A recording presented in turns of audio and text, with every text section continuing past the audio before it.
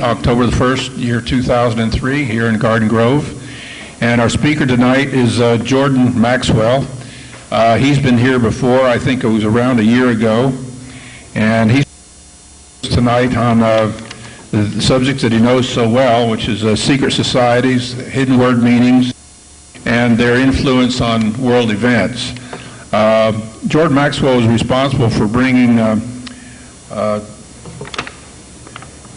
David Icke, I-E-C-K-E, I believe it's spelled, over here from England in about 1994. There's a lot of his materials over there on that particular, the middle table. And Jordan is very knowledgeable in these areas. He's been a researcher since 1959 in this field, in the occult and religious philosophy area. As you can see, he's got a number of slides here to show us tonight. And he's conducted dozens of intensive seminars all around the country. And he has his own radio talk show. And he's guested on more than 600 radio shows. He really knows his business. So let's have a warm Orange County welcome for Jordan Maxwell.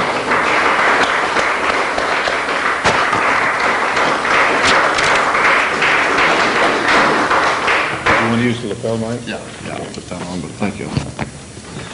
Well, thank you very much for being here, and I appreciate being invited to speak. It's pretty much an impromptu meeting, and it's an impromptu lecture. I wanted to do a PowerPoint presentation, but I don't have a laptop tonight, so I'm going to revert back to the slides. But the subject I am dealing with tonight deals with the spiritual aspects of what's going on in our life today. Thomas Jefferson made an interesting comment. I think perhaps one of the most profound things I ever heard anyone say. Thomas Jefferson was quoted as saying, "I cringe, I'm in fear when I remember that God is just," meaning that you can think whatever you wish, but the bottom line is that that divine presence in the universe that men have called God is very, very exacting.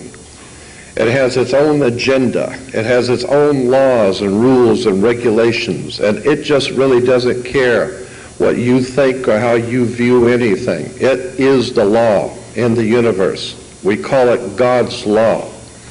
We talk about the fact that we're told to pray for God's kingdom to come and His will to be done on earth as it is in heaven. What are we talking about? A kingdom in heaven? Most people are totally misunderstanding the implications of those words. Kingdom in heaven goes back to an ancient concept of astrotheology. There is a profound presence in the divine presence in the universe, as I said, that men have called God. But far too many people have misunderstood what this presence of God really represents. And consequently, going back to Thomas Jefferson's quote, I agree. I am in fear when I remember that God is just. Again, let me clarify that statement. The idea being is that God is just, or that divine principle in the universe is empowered to do its own thing.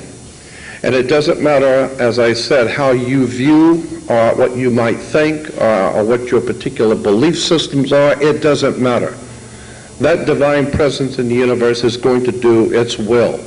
So, as one teacher said many years ago, since you can't stop God from doing something, and you can't influence Him to make Him do anything, the smart thing for you to do is just find out what the divine principles of the universe are and go along with it. Just understand we don't make decisions in our lives. There's a divine presence that overshadows the earth and all life on it. And consequently, when we begin to wonder why is it that God allows this to happen, or why is it that God doesn't step in to do something, there is a more profound presence in the universe that views things differently than the way we do. Unfortunately, our country and the world in general has totally misunderstood divine principles and divine symbols. I have come to have a name around the world for being one who sees symbols and emblems and pattern recognition. And I've done a lot of that. And I have a strong feeling about the symbols and the patterns of symbols I'm seeing throughout the world. And if you know how to read the symbols, you can see what's going on here. There is a very powerful occult hidden, and the word occult simply means hidden. There's a very powerful hidden force operating both in the general universe and on the earth also. We call it, for lack of a better term, the will of God. So much of our religious beliefs and systems that we have accepted are, in point of fact, concepts and ideas coming out of the mind of men, and has very little to do with the actual profound presence of the divine laws that govern the universe. And nations have come and gone, kings have come and gone, princes, rulers, bankers, and no one seems to have ever got the point that we're not here to serve ourselves. We're not here to aggrandize ourselves. We're here to learn something, because when we leave here, and we will be doing that rather soon, and when we leave here and we go to this other place, wherever it is that we leave to, we need to be able to know and understand the principles that we have learned about the divine creation. All of this I'm saying to preface the comment that there is a actual, real, and legitimate laws that govern the universe, and it has nothing to do with our spiritual or our religious convictions. It has its own agenda. Unfortunately, the Romans didn't realize, they didn't know. They thought they understood. The Greeks, the Babylonians, Sumerians, the Egyptians, the British, all of these great nations have gone under because they didn't know how to read the symbols. And consequently, we are in this country now floundering and falling apart and being subjugated as slaves because we don't know how the Spirit works. But believe me, there is a very powerful Spirit at work. Something is going to happen soon. And it has nothing to do with what we're doing. It's going to have to do with the divine presence. And consequently, I wanted to show you how symbols have been used and misused. We are today bombarded by religious institutions and television and radio and churches telling us that we should celebrate certain holidays, we should support particular political movements.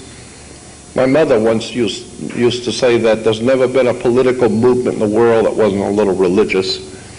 And there's never been a religious movement in the whole earth that wasn't a little political. Politics and religion are actually one and the same thing. Because if you follow the works of Zecharia Sitchin, we find that in the ancient world, the kings represented both the temporal power, the power of government, but they also represented God. And we still are faced with people who believe that their word is God's law. It is absolutely amazing to me to see how many supposedly intelligent and enlightened people are deceived and brought under the influence of people who would present themselves as authorities in the world. Consequently, mankind is not being led, they're being misled. We don't have national leaders, we got misleaders. My friend Dick Gregory, who I love, Dick Gregory always says, the national leaders, you're just getting the government that the people represent. We get the kind of government we deserve. The leaders of this country are big and what we are small. We cheat on a little something here and there. They cheat on nations and kings, but it doesn't matter. Cheating is cheating. Lies are lies. It doesn't matter. But the thing that bothers me more than anything is watching how religions have misrepresented the divine presence, have misrepresented and deceived people into supporting things which is nothing more than political and financial institutions. I mean, my God, where do you think, just looking at words and terms should tell you something. The very word church, for instance, is an English word. C-H-U-R-C-H is an English word. Church comes from a Scottish word, kirk, K-I-R-K. Remember the old hymn, The Kirk of the Valley? Kirk is Scottish for church in English, but Kirk goes back, incidentally, that's why you have Captain Kirk and the good ship Enterprise, Captain Kirk.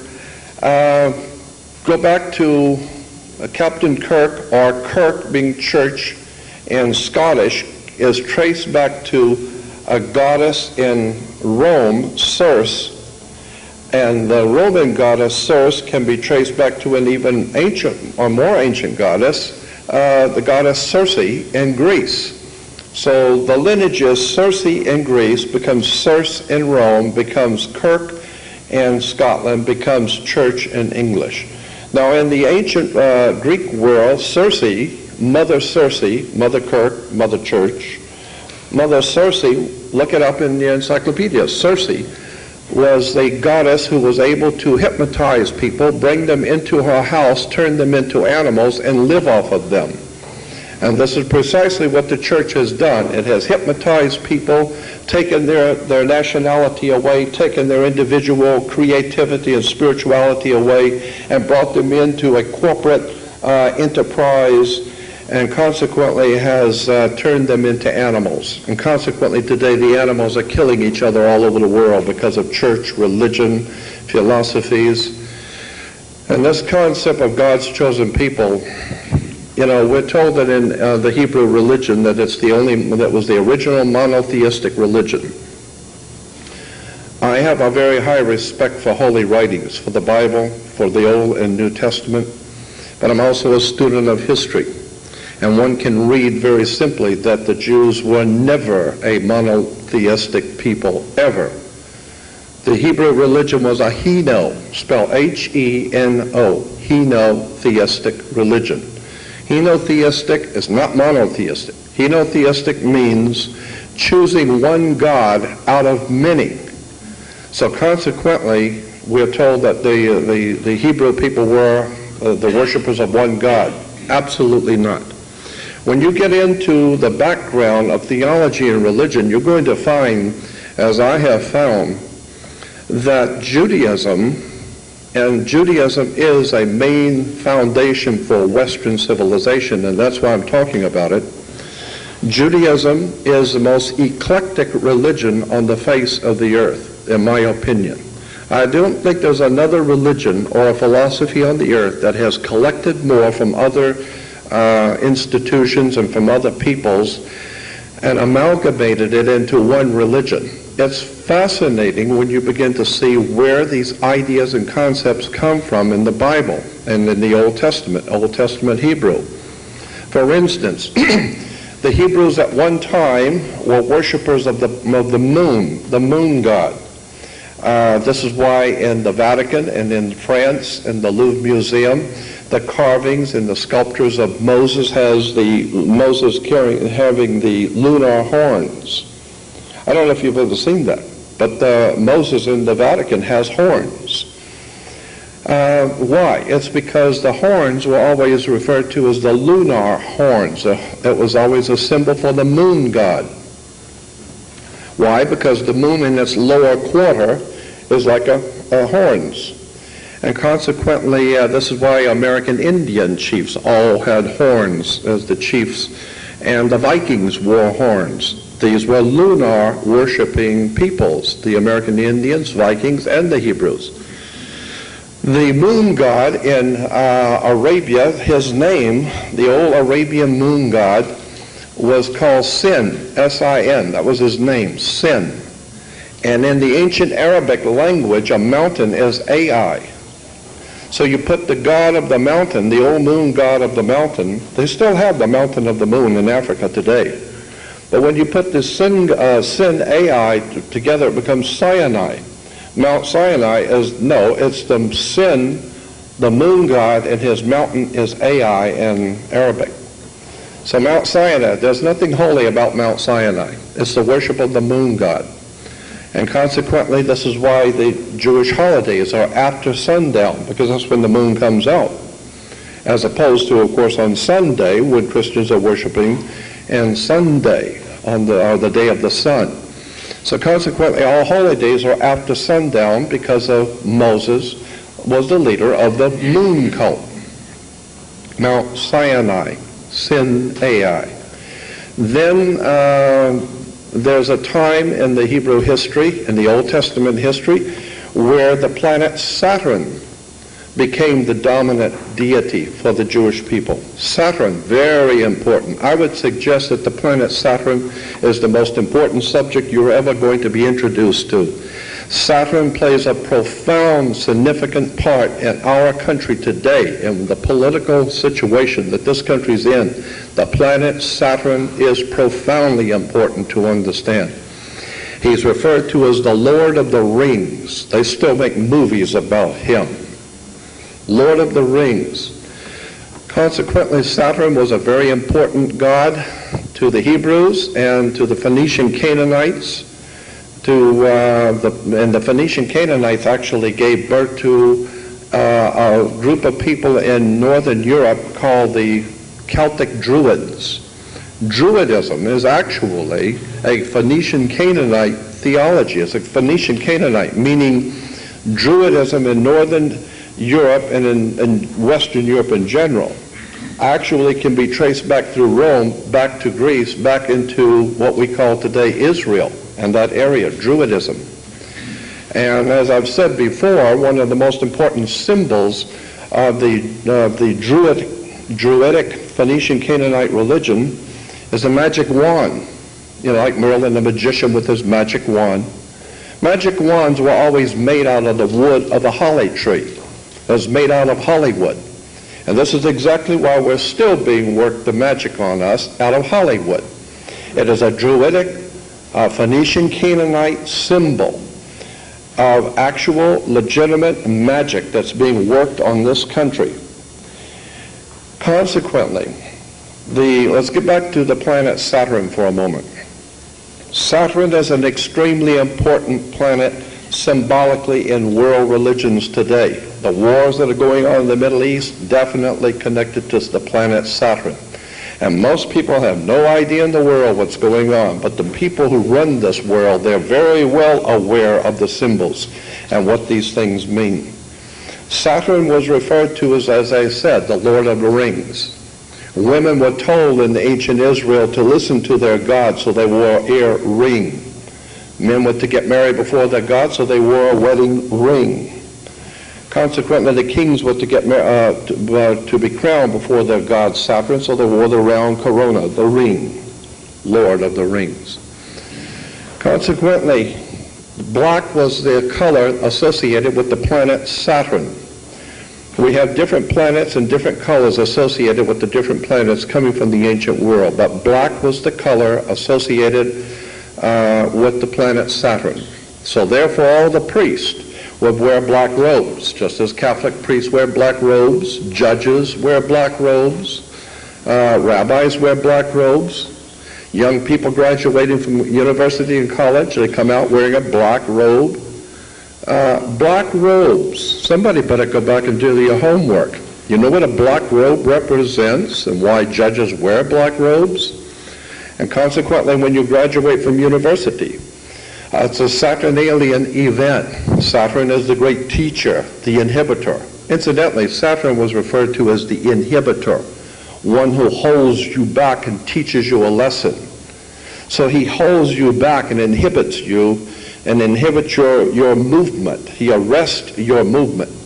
So consequently, the Hebrews said, since he's always inhibiting you, and since we go to Temple on Saturn's day, why don't we just do nothing on Saturday? And that's why today there's something called a Sabbath, in which you do nothing from Friday sundown to Saturday sundown. Is called Sabbath. But Sabbath is actually based on a Phoenician word, Shabbat. And Shabbat is based on an old ancient Sumerian word for Saturn. Saturn was called Shabbat, and the worship of Saturn was called the Sabbath. So consequently, when you hear that there's a very important occasion, the Sabbath, it's very important if you're worshiping the planet Saturn. Wake up. It's very important if you're worshiping the moon to have your holidays after sundown. Saturn was referred to as El in the old Phoenician language, El. El was the planet Saturn. Today, if you are promoting the worship of Saturn, you're referred to as an elder. How did you get to be an elder? You got elected. How did you get elected, and what comes from being elected? Well, you become now one of the elites. You are one of the elites because you're now elevated in society. Look up these words and these terms. Consequently, you have priests and ministers roaming around with their black robes and talking about how we should support Israel. The ancient Phoenician Canaanite peoples called the Hyksos were in Egypt. The Hyksos people were in Egypt. Today we refer to them as the Hebrew people. And at the time of the Hyksos were in Egypt, Isis, I-S-I-S, was a goddess in Egypt. I-S-I-S, Isis. And consequently, one of the pharaohs came along. I think it was Tutankhamun's father, King Pharaoh Akhenaten, and he changed the whole worship of Isis, female divine wisdom, to the new god, the sun. And he called the sun Amun-Ra, from which we get the word sun ray, Amun-Ra, Amun-Ra. So now you have Amen-Ra or Amun-Ra. Incidentally, this is why Christians say amen in church, because the sun was called Amen-Ra, Amen-Ra. And the Egyptians said nobody can talk to God. No one ever has seen God. But you can talk to his son, who will take the message to him. And so therefore, at the end of their prayers in Egypt, they would say Amen, because it was Amun-Ra, the God's son, the light of the world, who takes the message to his father. So consequently, we had Isis. And then we have the complete destruction of the worship of Isis and brought in a new religion, as I said, Amun-Ra.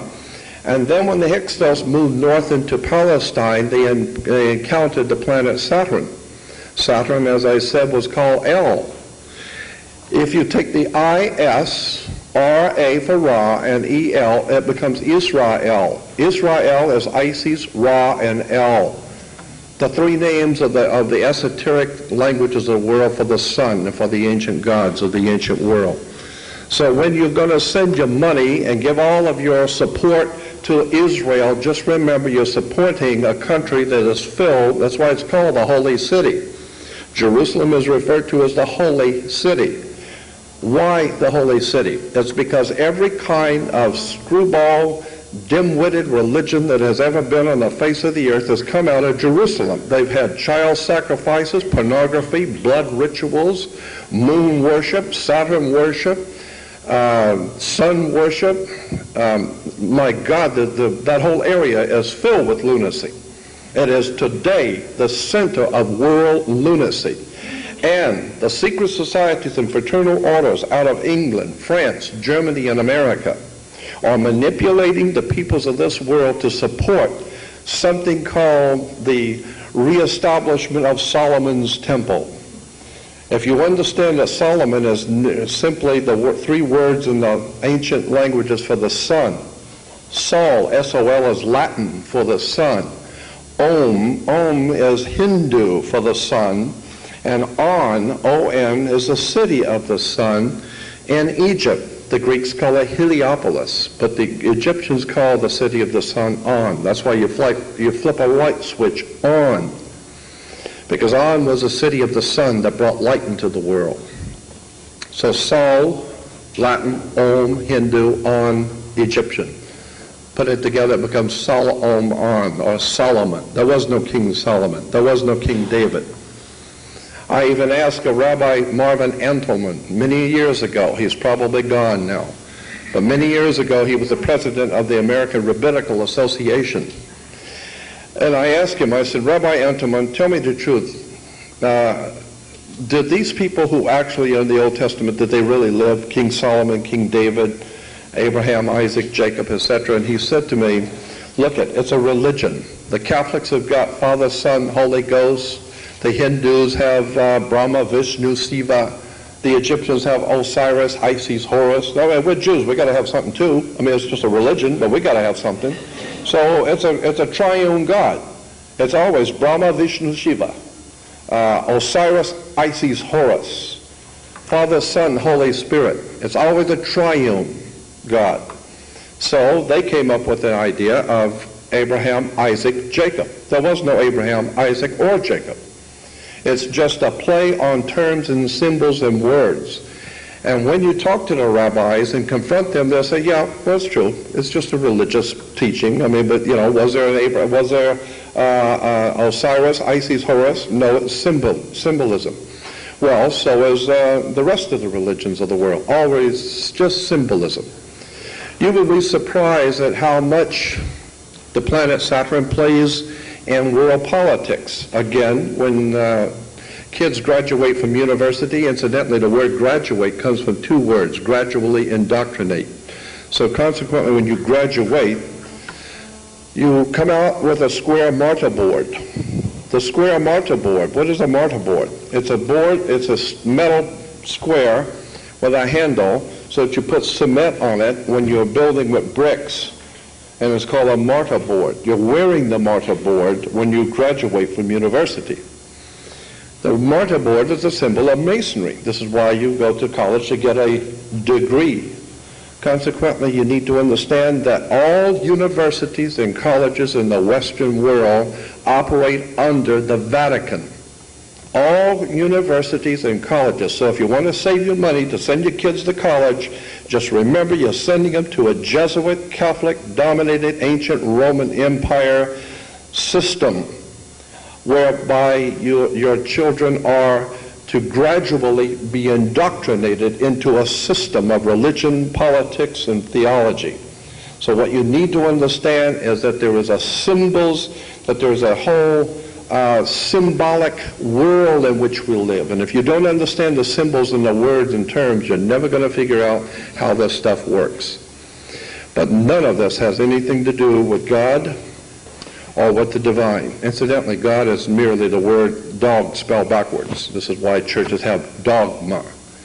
You need to remember that dogma, or God,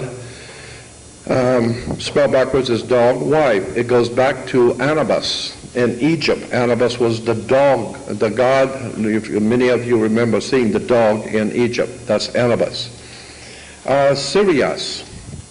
The Hebrews were very big on the worship of Cyrus, or Osiris, which is where we get the word Osiris, from the star system of Sirius. This is where we get our word sir. Yes, sir. No, sir. From Sirius. Osiris. All of this I'm saying to bring you to a point where you can understand that religion and theology, for the most part in this world, are based on political and ancient secret societies and fraternal orders. And they are manipulating the entire human race today and laughing behind everyone's back. And consequently, I have watched this over the years. I've worked on television programs for CBS. I've worked on kinds of programs with these religious institutions. And I am amazed at how much people just don't know about how government really works. Let me give you an example. And symbols and words and how they're used. Why do you have to go to court? You know, everybody's scared to death because you got to go to court. You go to court because you play basketball on a court. You play tennis on a court. How do you play tennis on a court? You play with a racket. Why? Because the whole thing is a racket. They're using these terms purposely. It simply is using words. It's not by chance. So therefore you're in court. Well, the whole idea of the court is to put the ball back in the other guy's court. So this team picks up and they throw the ball over there. That team picks up and throws the ball back in the other guy's court. So it's a game going from one court to the other. And the idea is to see who wins, right? And the judge is wearing a black robe. He represents Saturn, the inhibitor, the law, the God's law. Incidentally, look in a law dictionary, look up the word fas, F-A-S. Fas is a word in Latin for God's law, F-A-S, fas. Look it up in a dictionary. You will see that fascism is the law of God. What God? The Roman Caesar's God. Fascism, Marxism, Leninism, Nazism, totalitarianism. They consider themselves God's inhibitors. They are the ones who own the earth. God's law, fascism. Going back to the court, the judge wears a black robe. Why? Well, because he represents, like the judge represents, like the priest, like the rabbi, he represents the planet Saturn, the inhibitor. He sits on a bench. He rules from the bench. The word bench in Latin means bank. A bench is bank in Latin. And consequently, where do you find a bank? You find banks on both sides of a river. They're called river banks. And what does a river bank do? It directs the flow of the current sea. Consequently, this is why the juice coming out of the wall is called a circuit court. It's a whole thing has to do with Saturn, the god called El, who gets El elected, who puts you as one of the elites. You are now an elder. And why? Because now you have the juice. It's called electricity. Electricity is the juice that makes things work. The circuit court, the whole entire concept in government and religion and churches is the flow. Go with the flow of the symbols and the emblems. I am of the opinion that one day, somewhere along the line, this country is going to wake up and find out that it has been suckered into a new world order, which is directly traceable to the secret societies that were invented by the Jesuit order of the Catholic Church. I am totally convinced that what we call the New World Order is a Jesuit Catholic work. It has always operated. Keep in mind that the Catholic Church, and I was born Catholic, my mother died a Catholic, my family is all Catholic, so I'm not complaining or talking about the Catholic people, I'm talking about a corporation, an ancient empire. Rome has dominated Europe for 1,600 years. Rome dominated Europe. Europe has dominated the world, and the Pope dominates Rome. So consequently, the Holy Father has dominated for 1,600 years bloodshed, violence, anarchy. All of the most atrocious acts of inhumanity have been committed by the Roman Church as far back as the 4th, 5th, and 6th century. We know that the escapades of the popes, many of them were homosexuals, most of them were murderers. They were all offsprings of bankers. The entire Vatican system was a banking system. Today's Uniform Commercial Code is based on the old Vatican canon law. So once you understand, the church, government, politics are all interconnected, and the secret societies have been manipulating them all from day one.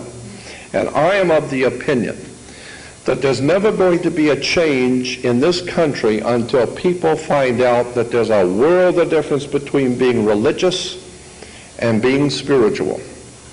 And I believe that once you understand that the universe, that there are laws governing the universe, and once we get in tune with that, you're going to find out that God is still in control. We are not, but God is. I wanted to show you a few slides tonight because I got a lot of things I wanted to talk with you about. I wanted to do a PowerPoint presentation, but I don't have the laptop. And so I think what I'll do is I'll just give you an idea about how symbols and emblems work. Somebody a long time ago said, always trust a person looking for truth. Don't ever trust the one who's found it. Consequently, I don't present myself as the world's foremost authority on anything. I'm just an ordinary man pursuing extraordinary knowledge. I don't know who God is, but I know what it isn't. And I know that once you understand how the celestial bodies in our solar system affect us and affect each other, you'd be surprised how much the planets around in our solar system affect us. Are you aware of the fact, for instance, that the sun is pulled 4 degrees, according to the science, 4 degrees out of orbit toward the planet Jupiter? I learned that at an observatory once. The sun is pulled by the planet Jupiter 4 degrees out of orbit. So wherever Jupiter happens to be, the sun moves toward it 4 degrees. And if Jupiter's over here, the sun will move toward it 4 degrees. Why? It's because the electromagnetic force field, gravitational force field of Jupiter is so profoundly strong that it can even pull the sun toward it. Consequently, the ancient Romans said that Jupiter was the protector of our earth. He protects us. And in point of fact, that's true. Because we're being told all the time by so-called scientists that, oh, we're waiting for a comet to hit the earth and a great meteor or something hitting the earth. When anyone who's got 500 brain cells and has done any research on the subject knows that the gravitational force field of Jupiter is so strong that anything coming into our solar system is going to be sucked right into Jupiter. So most of the big comets or anything that would hit the Earth are never going to hit us because they're going to be hitting Jupiter to start with. Incidentally, very interesting, the very word Jew in the ancient or in the King's Old English, if you go back to the Oxford Dictionary of the English language and look up the word J-E-W, it will tell you that in the King's Old English, J-E-W was spelled, Jew was spelled I-U. And incidentally, pater, this is another interesting word, pater, P-A-T-E-R. Pater is an old Phoenician name for our word for God or for Father, for the Father God, pater. I-U and Jew and pater, Father God. You put the two together, it becomes I-U pater, I-U pater. And I's and J's are interchangeables. So you can make it J-U pater or Jupater. And this is where the word Jupiter comes from the combining of different words in the ancient languages. Again, what I'm saying here is that we need to understand, and that's an interesting word, understand. Anytime you're going to say, put a heavy weight up on the second floor, say you're going to be doing some construction and you're going to be putting a lot of weight on the second floor, you need to go downstairs and go up to the ceiling and check on the rafters and see what kind of foundation you're going to put that weight on to see if it's going to hold it. So consequently, you are standing under the thing you're studying. You're standing under to get understanding. This is where the word comes from. You need to stand under the foundation of a subject to figure out what you're doing here. And consequently, so many people do not know how to stand under a subject. You need to take hours of research to find out where these words come from, where these systems arrive at, what do these words mean. And then you find out the word capital, for instance. The word capital is a Latin word in Rome for money. So if you don't have the capital, you can't do anything. Capital is money, is the word for money. Let me give you, now a lot of people understand the UCC process. Let me just give you a basic concept if you don't know. There are two basic kinds of law in the world, the law of the land and law of water. People live on land. So consequently, the law of the land is the law of the people who live on the land. That's what's called the law of the land. Well, the law of the land is different in every country. You can do things in Africa you can't do in Russia. I mean, you can do things in China you can't do here. Why? Because of the law of the land. People live on the land. But then there's something called the law of water. The law of water is called maritime admiralty. It's the law of water is the law of money. So when people say money goes through your hands like water, no, money is water. Under international maritime law is the law of water or money. Banks, they direct the flow of the currency. So consequently, when you understand how products that come in on a ship.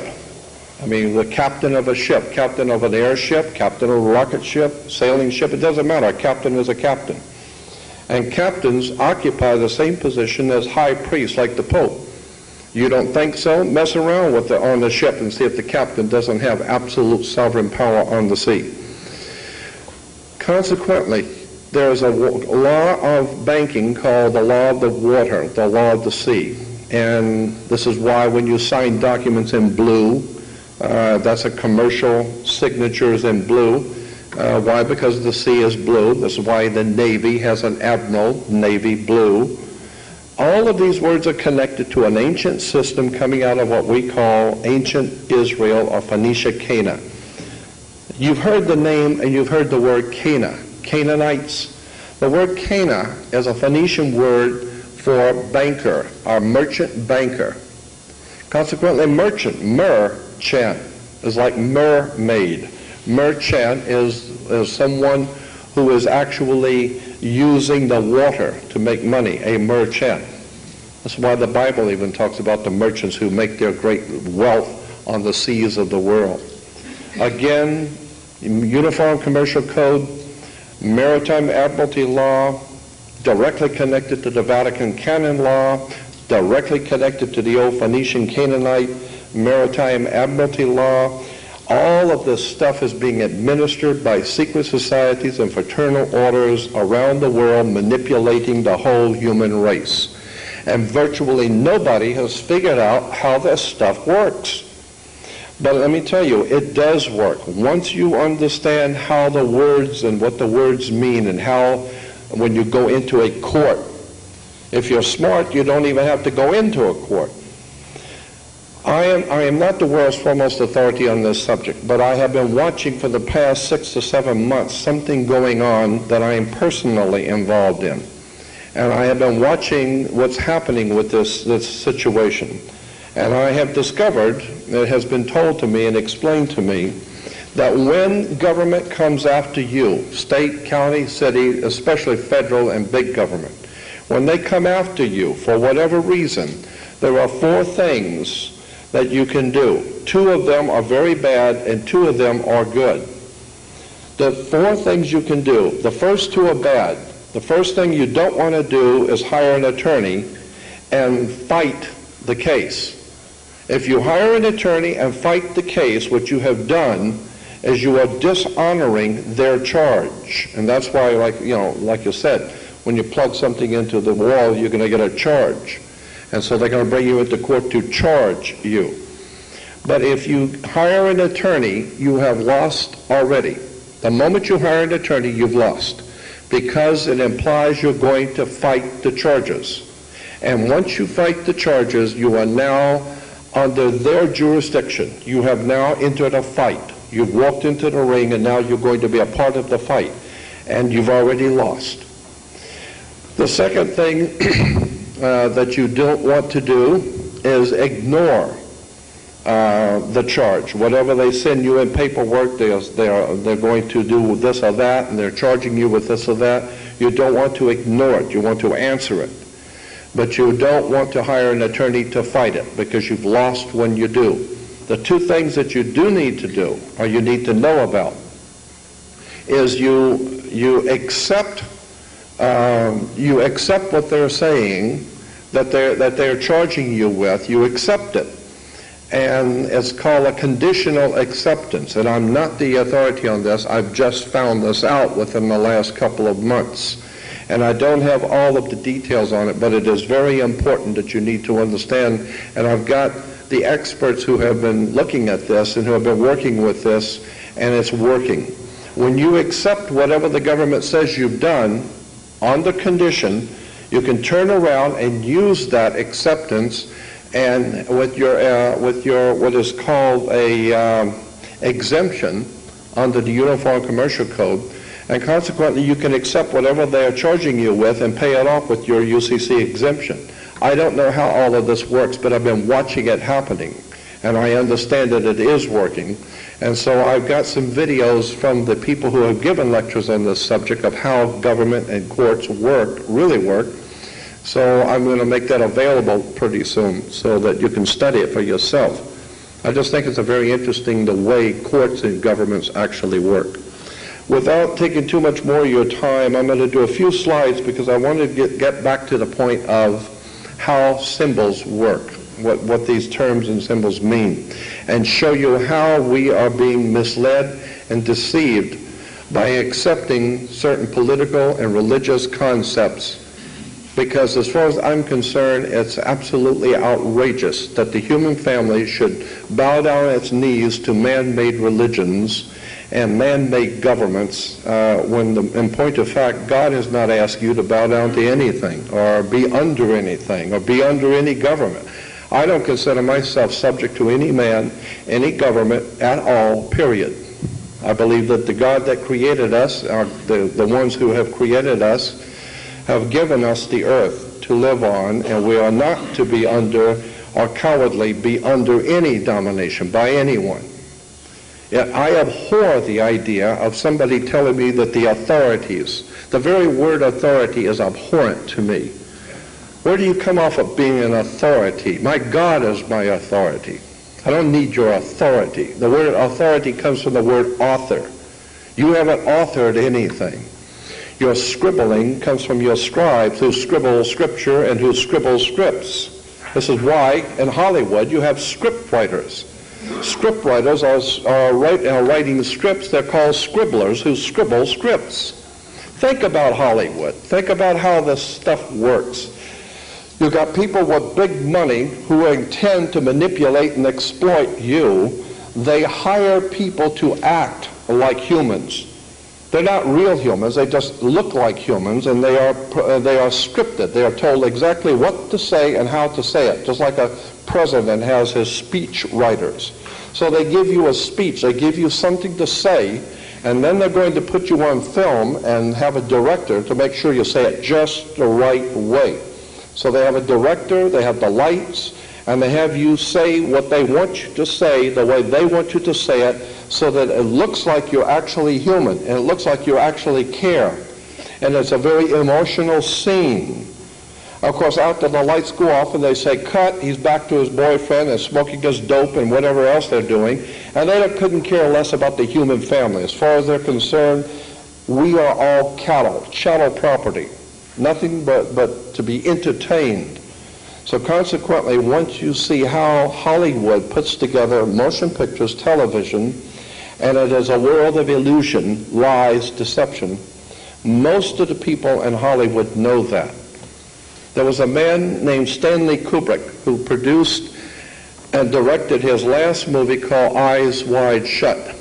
The movie Eyes Wide Shut, I think, from what indications I've received out of Hollywood, he died because of that film. I think he was assassinated because of that film, and I think he knew that his days were cut short. You need to get the movie, rent it and watch it, Eyes Wide Shut by Stanley Kubrick. Because in the movie he shows how very sophisticated, wealthy, intelligent elites actually live, what their secret societies, blood sacrifices, murder, rape, pornography, killing. But on the surface, they are very important-looking people. They have nice suits, and they look good on television. And behind the scenes, they're murderous. And that's what the movie was called, Eyes Wide Shut, because that's exactly what America is doing. It's looking at these politicians and religious leaders with their eyes wide shut. Political leaders, religious leaders, all the same thing. We need to start thinking in terms of your own personal spirituality, your divine presence with God, just you and that divine presence in the universe, and nothing should come in between that. No church, no government, no synagogue. Incidentally, the word synagogue, in America we spell it S-Y-N-A, synagogue. But if you go to Egypt, it's not spelled that way. In Egypt, it's S-I-N-A-G-O-G. Synagogue, again, going back to the moon god Sin. Why do you have a church? The building itself is called a nave. This is why we have a United States Navy. It has to do with maritime admiralty law and the church. Europe is filled with lies, deception, and I think perhaps it's a toss-up for me, it's a toss-up as to what is the most disgusting human institution on the face of the earth. It's for me, either the British royalty or the Vatican. I think the Vatican wins because I have seen, it's incredible what the Vatican has involved itself in for 1,600 years and what the British royalty are all about. You've heard about David Icke probably. David Icke I brought here to America back in 1994. David Icke is famous for his talking about the reptilians and the reptilian presence in mankind. There's a guy named Lloyd Pye, and Lloyd Pye is a very brilliant guy. He's a very good friend of mine, but he talks about how the human body was created, how it actually works. And in his presentation, and this is true, he shows how inside the human brain, the two lobes of your brain, if you open the lobes up, there's a smaller brain inside, and scientists call that, doctors call that, the reptilian principle or something like that. And the word is reptilian. And I'm thinking, why would the doctors and why would medical science use that term for that little lobe, that little brain between the two lobes of the brain, reptilian? It would not surprise me if our ancestry goes back into the ancient world. Michael Cremo is a brilliant guy who has been working for many years trying to show people that artifacts that have been found on the earth, artifacts that are at least 4 billion years old. They're finding things in South Africa, way, way down, thousands of feet down, carvings of little steel ball bearings kind of things, and they've got chiseling marks around them, all of them identical, and it's found in strata so far down, they are saying it's at least 4 billion years old, the strata. So somebody was here messing around with these little ball bearings 4 billion years ago. I am of the opinion that this human race that we're a part of is of extremely ancient creation. It's been around for millions and millions of years. When we see in Israel today, I mean, there's so many things I'd like to talk with you about, but especially when we see in Israel today the archaeologists, these paid lackeys of the system that get their grant from the government to go out and dig in the sand and make themselves look important.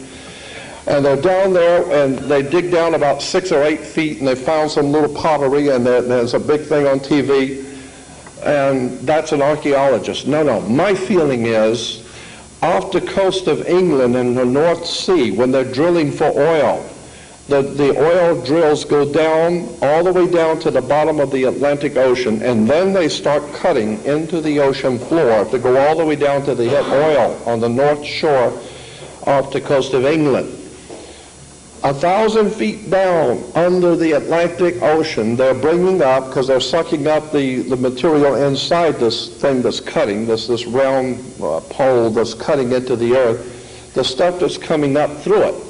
They're finding artifacts, human-made artifacts, or someone-made artifacts 1,000 feet under the Atlantic Ocean are artifacts. Somebody better do their homework and start looking at this, because it just don't fit with the Bible unless we're misreading the scriptures. And if you go back to Genesis 1:1, it says, in the beginning God created the heavens and the earth. That's not what it says in the original Hebrew. It doesn't say that. And then Genesis 1, well, what it does say, Genesis 1:1, is in the beginning the gods, Elohim, the gods, more than one, plural. The gods created the heavens and the earth. Genesis 1:2, it says, and the earth was without form and void. No, it doesn't say that in Hebrew. The word is tohu vohu.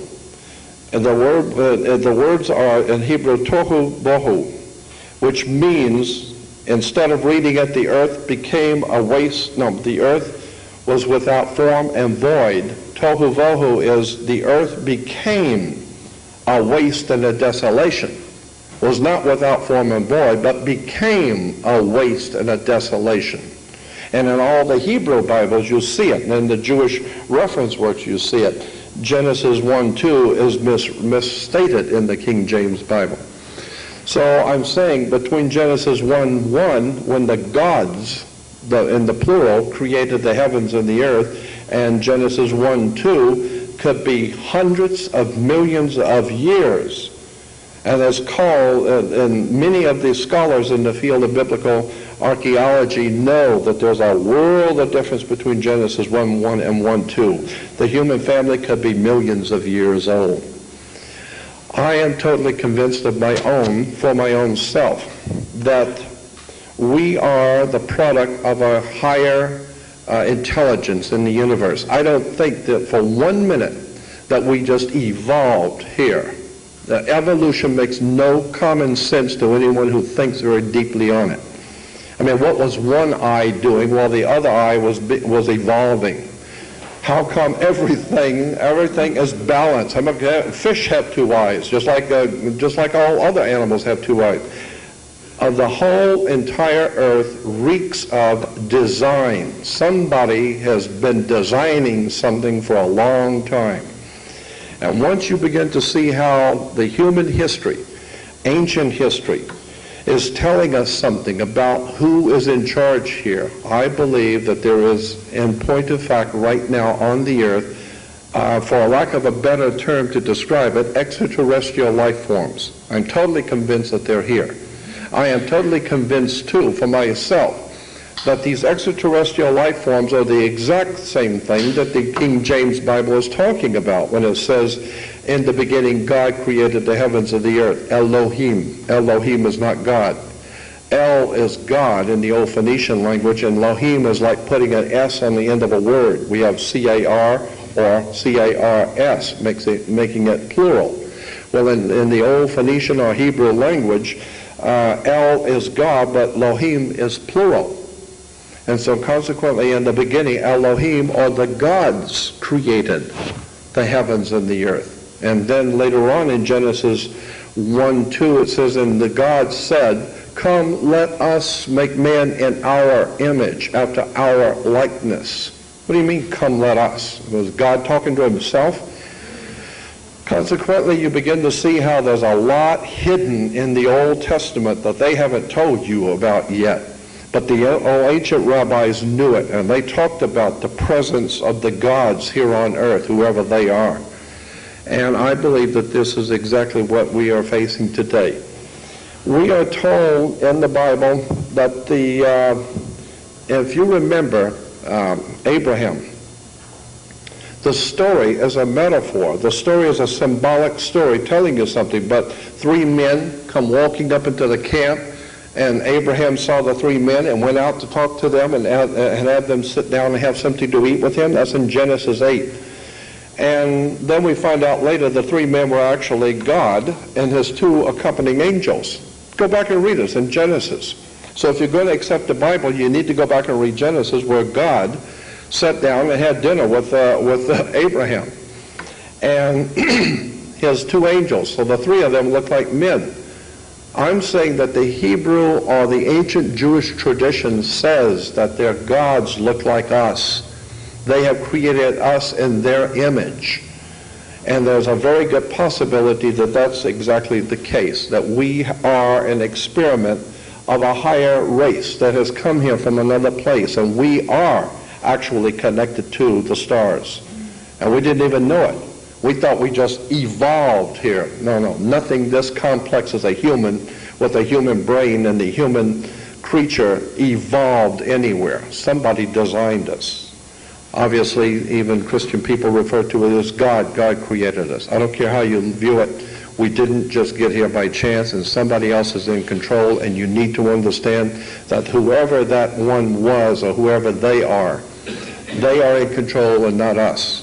I'm also of the opinion that many of the political leaders, like David Icke, who talks about the reptilians, I believe that it would not surprise me, I should say, that if we find out that political leaders are not actually human at all, that they very well might be the Elohim that the Bible talked about, who look like us. We're made in their image and likeness, but they're not like us. They don't care a damn about human life. They don't care about anything human. They're here to do one thing, and that is what they're good at, and that's to control the creature. So I'm thinking that it's about time we start waking up and taking back our own spirituality and getting in tune with the universe. There are so many things I would like to have you know and be aware of in relation to the way secret societies and subversive orders operate, along with the many slides I wanted to show you also. We could go on for hours on all of this. What time do we actually have till? We generally start packing up around 10 o'clock. We have to be up by 10:30. Good. I'm just going to go to 9:30. I'm going to forego the slides tonight because there are a few other things I want to talk with you about. I'll come back another time and we'll do a PowerPoint presentation I wanted to do anyway. It's much easier doing it that way.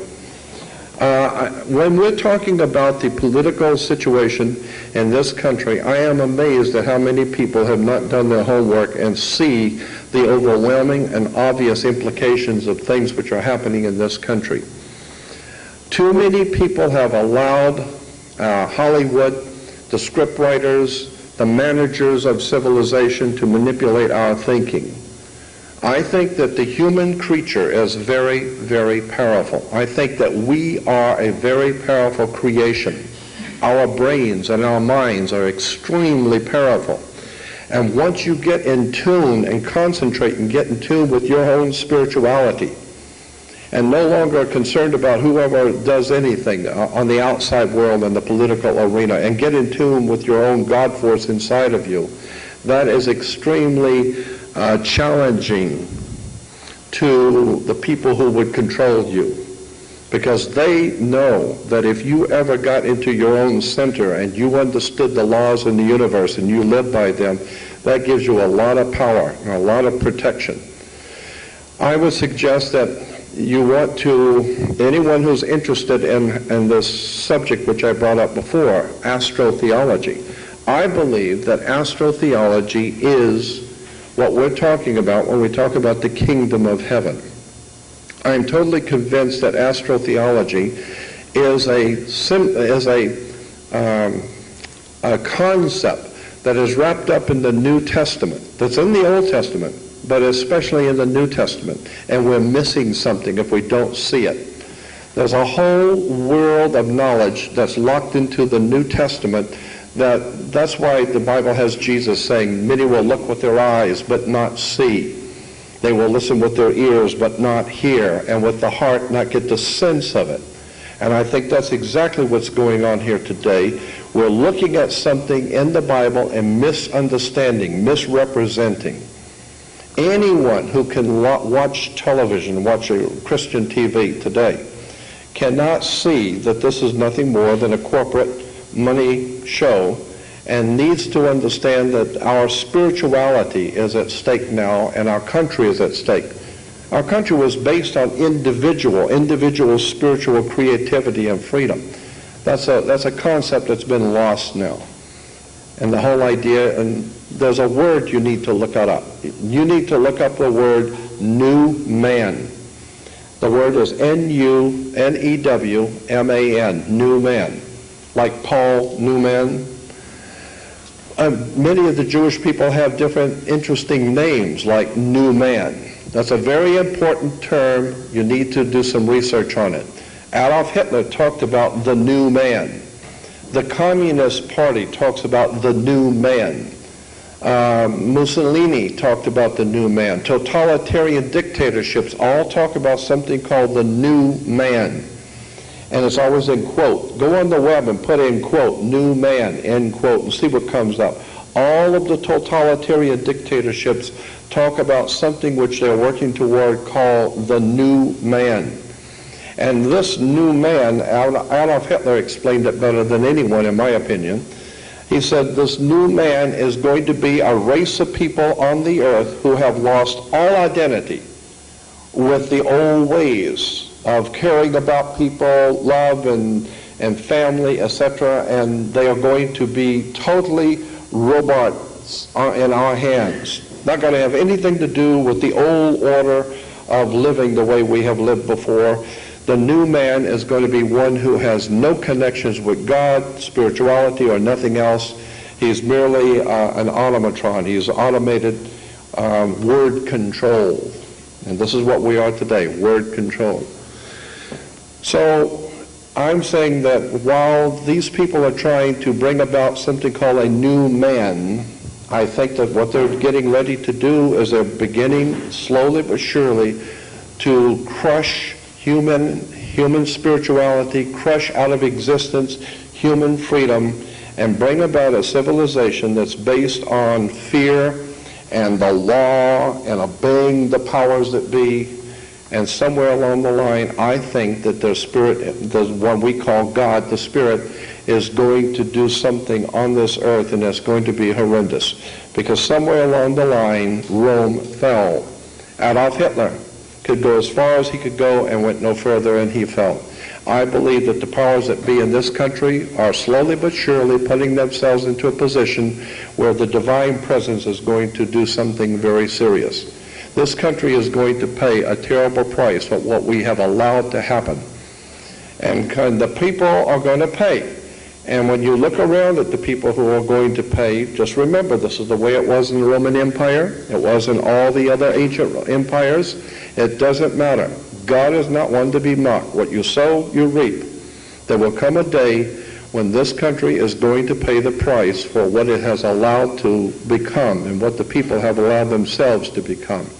So I think in conclusion, I would say that your need to become spiritually in tune with the rest of civilization, with the universe, is very important. And I think the way to do this is to quietly, and this is the way I have done it, and I've seen it work over and over, is quietly talk to the Spirit that is around you continually, this God force which is around you. Somehow or another it hears you, and somehow or another it deals with you. And consequently, I would suggest you talk to it, ask it to protect you, to help you, to open up your eyes, to see what you need to see, to why you're here, where you're going. You'd be surprised what that kind of thing will do. It's a very powerful force that's around you. It's called the God force. There are many, many different words can be used for it. I call it the Spirit. I'm suggesting that what we need to do is become more spiritual and get totally away from this whole manipulation of the human family, this new man that they're planning on having, because somewhere along the line I think this whole thing is going to collapse, and when it does, it's going to be a time when we have to depend on our connection with the Spirit to protect us. I see this coming very soon. And I want to thank you, because I will be able to come back another time and do a better presentation with slides. There's so many things I would like to say to you tonight. And one other point I wanted to make. I have some videos. I have a video of a television show, and maybe you didn't know about this. This is a TV show. I taped it off of television back in February of 2001. This is about 7 or 8 months before 9/11. And there was a movie, a motion picture, an hour movie about how the president and his cabinet got together and they planned on knocking down the World Trade Center with two 767 jets, blame it on the Arabs, and bring about a world war. And the whole movie is about how the 767s are flying into the World Trade Center and how it's all been planned. It was a movie. It was called The Lone Gunman. I cannot believe it. 8 months, 7 months before it actually happened, there was a motion picture on television called The Lone Gunman, in which the president with all of his cabinet are planning on flying two 767s into the World Trade Center. Incredible stuff. Again, that's Hollywood. They're telling you something. They're manipulating you with stories. This whole thing with Twin Towers. The Twin Towers, very important. This last, what is this last movie? What was the movie? It's called The Twin Towers. There's a new movie out called Twin Towers. Yeah, Lord of the Rings. The newest movie, Lord of the Rings, is subtitled The Twin Towers. Hollywood. What you need to know is that those twin towers represents Jacob and Boaz in the Bible. It goes back to Jacob and Boaz, the twin towers that were in all the way back to Samaria, Babylonia, Phoenicia, Canaan, Egypt, and to Greece and to Rome. Always there were twin towers. This whole idea of twin towers, this is why you see all of the different churches always have twin towers. There's a whole symbolism just in the concept of twin towers. So you need to understand we're being manipulated and exploited, and I, for one, have had enough. And I want to thank you for hearing me.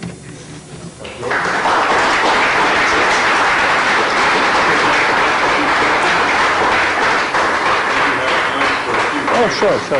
I got time for a few questions if you want to. That doesn't mean I know the answer, but I'll entertain the question anyway. If you have any questions.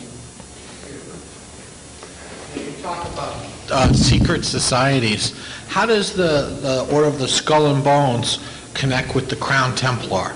Could you give us give us a little background, maybe? Yeah, as a matter of fact, the Gestapo in Nazi Germany, their symbol was a skull and bones. Skull and bones is a Nazi arrangement. The Nazis, even Adolf Hitler talked about skull and bones.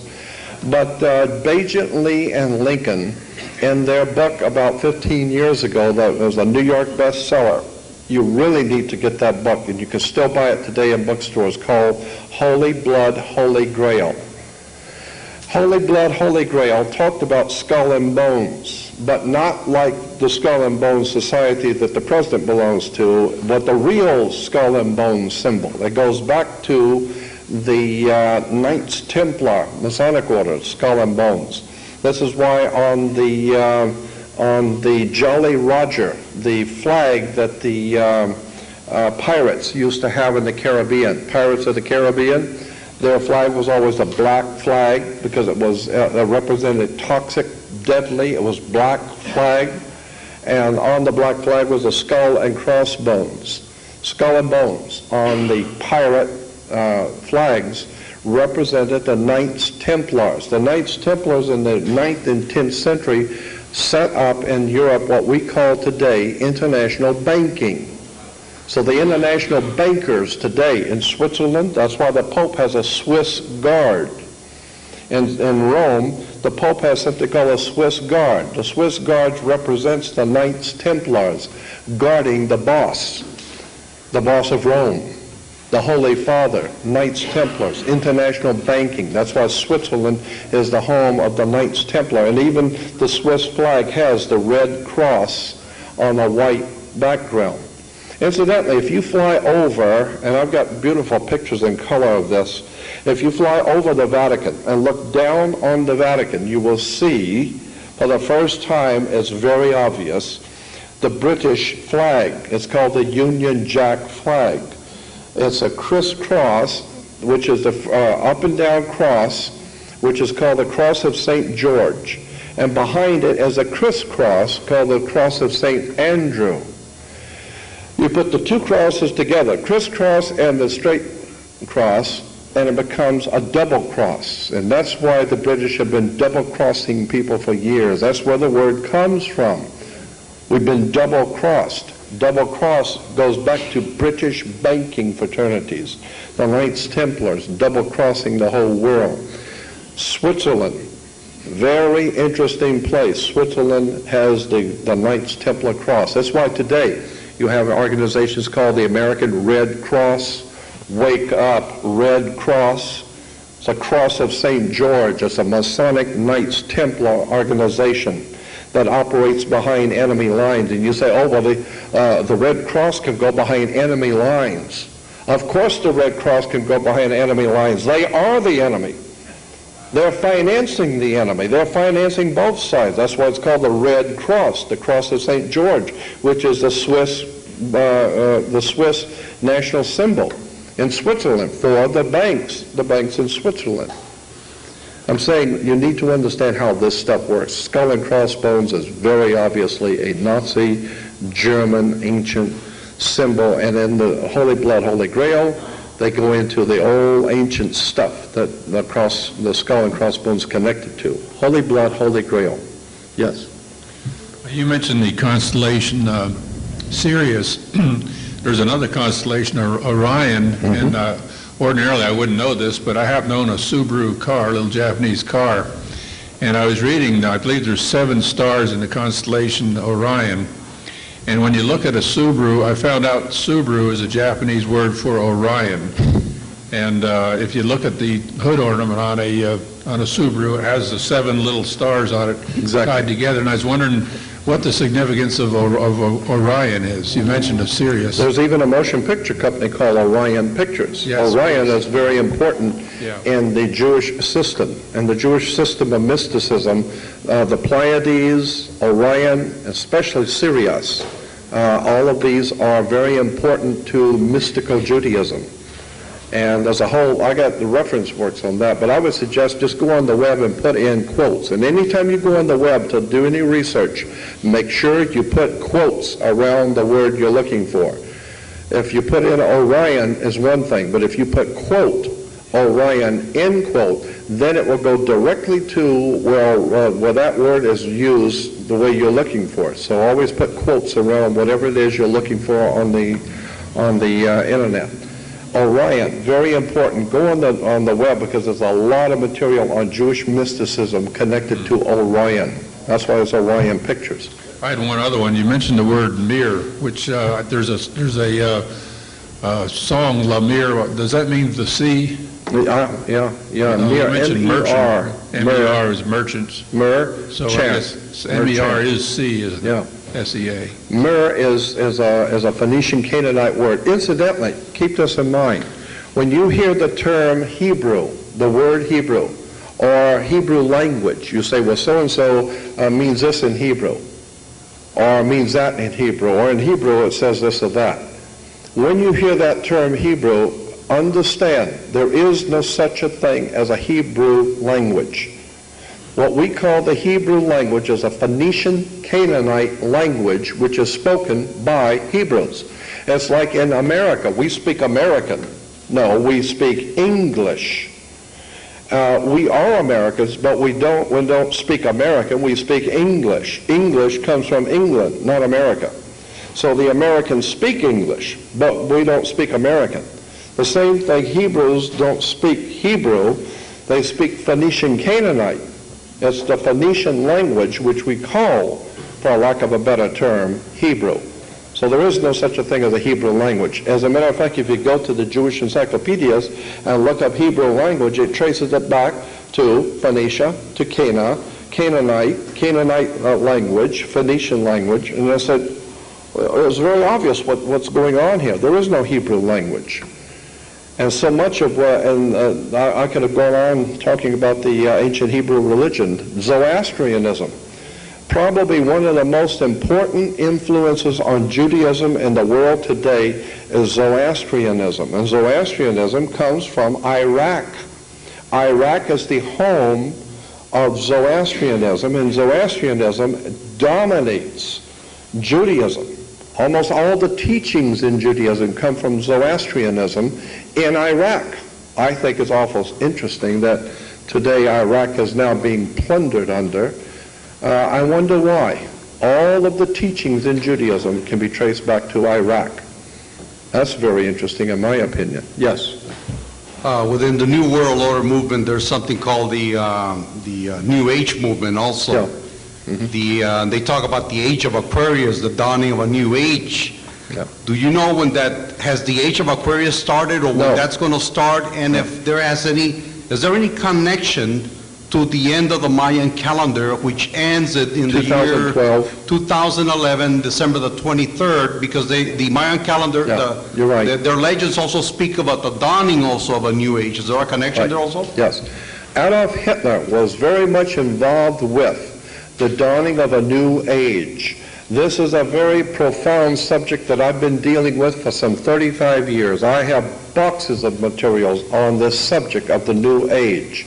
I think it is a profoundly important subject that has not even begun to be really researched. I've been doing it for some 30 years on the concept of the dawning of a new age, the new age of Aquarius. As I said, the Nazis taught that there was coming of the new age. Now, I personally believe that there is something to this. But like everything else, you can take something that has a modicum of truth and then twist it to your own agenda. And I think that's what the Nazis were doing. They were taking something very ancient and using it. The Jewish people have the concept in the Jewish religion of a new age, a new era that's coming.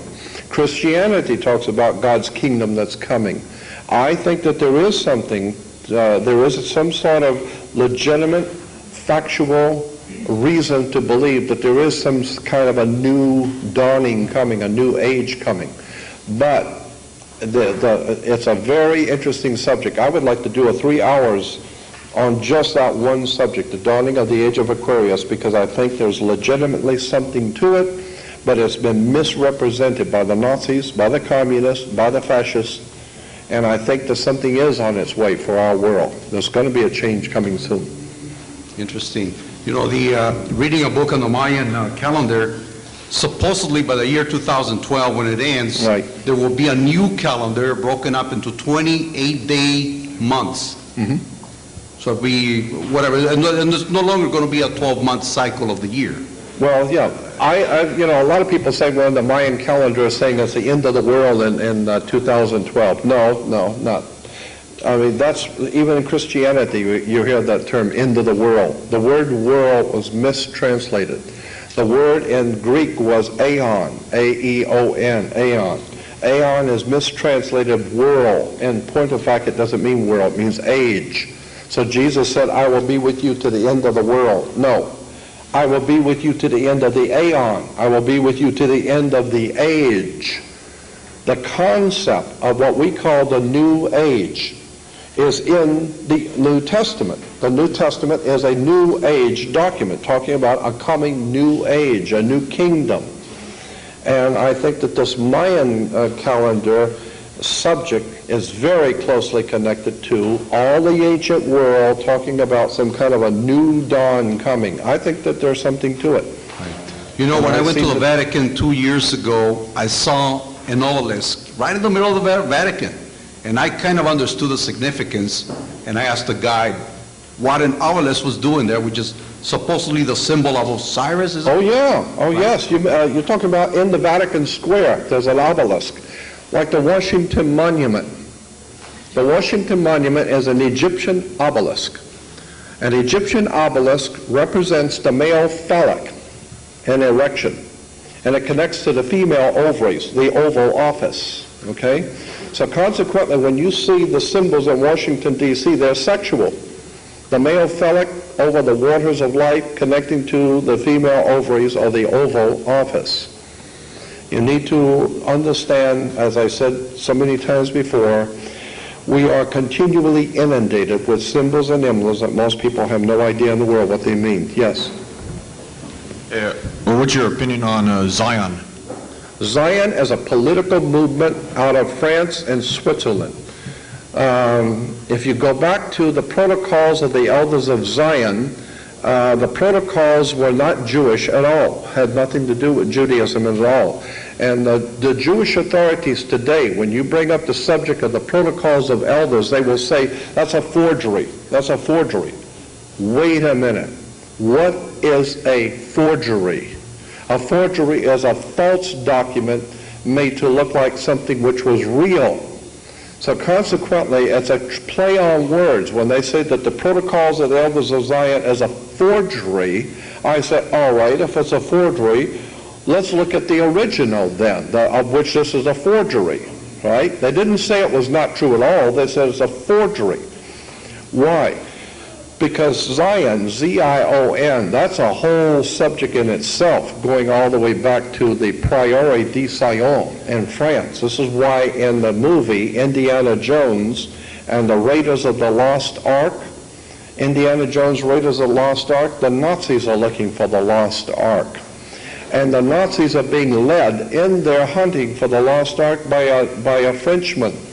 A French archaeologist is leading the Nazis. There's a connection here. Why are the French leading the Nazis looking for the Jewish lost ark? There's a whole bunch of interesting stuff tied up with Steven Spielberg's movies. This Frenchman represents the French occultist, the Prairie de Sion, the Holy House of Zion, Z-I-O-N, but it's not Zion, it's S-I-O-N, the Holy House of Sion. This is why in France there's a city called Sion, and in Switzerland there's a city called Sion. And the fraternal orders, the secret societies operating in Switzerland, in Sion, Switzerland, and Sion, France, are referred to as the Holy House of Sion, or Zion. So Zionism is not Jewish at all. Zionism, in point of fact, is Masonic. And it has to do with a Gentile domination of the world using an ancient concept and an ancient word. So it has nothing to do with Judaism at all. Zionism has nothing to do with being Jewish. Thank you. It's a phenomenal world that we live in. And again, I want to say thank you for allowing me to be here with you.